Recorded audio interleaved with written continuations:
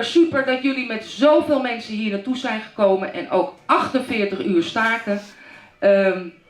Diep respect, beste mensen. Ik wens jullie succes in de strijd en we gaan door.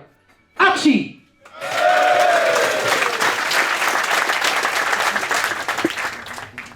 Hier in Celencentrum Tivoli meldde een soort arbeiders haar nog staker.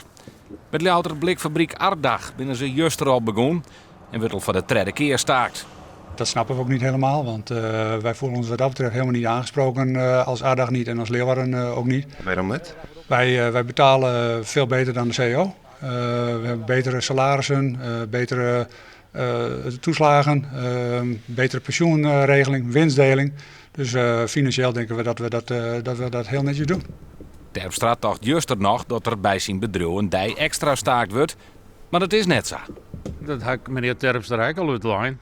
Hij zei van, ik vind het net eerlijk dat je 2 dagen staakt wordt en bij de oren net. Ik zei, nou beste man, bij de oren wordt ik 2 dagen staakt. Nou, dat weer dan wel goed. Maar kennelijk is hij dat weer vergeten. Zo wat les van Alzheimer bij de werkjouwers. De acties zullen voor eerst gewoon teruggaan.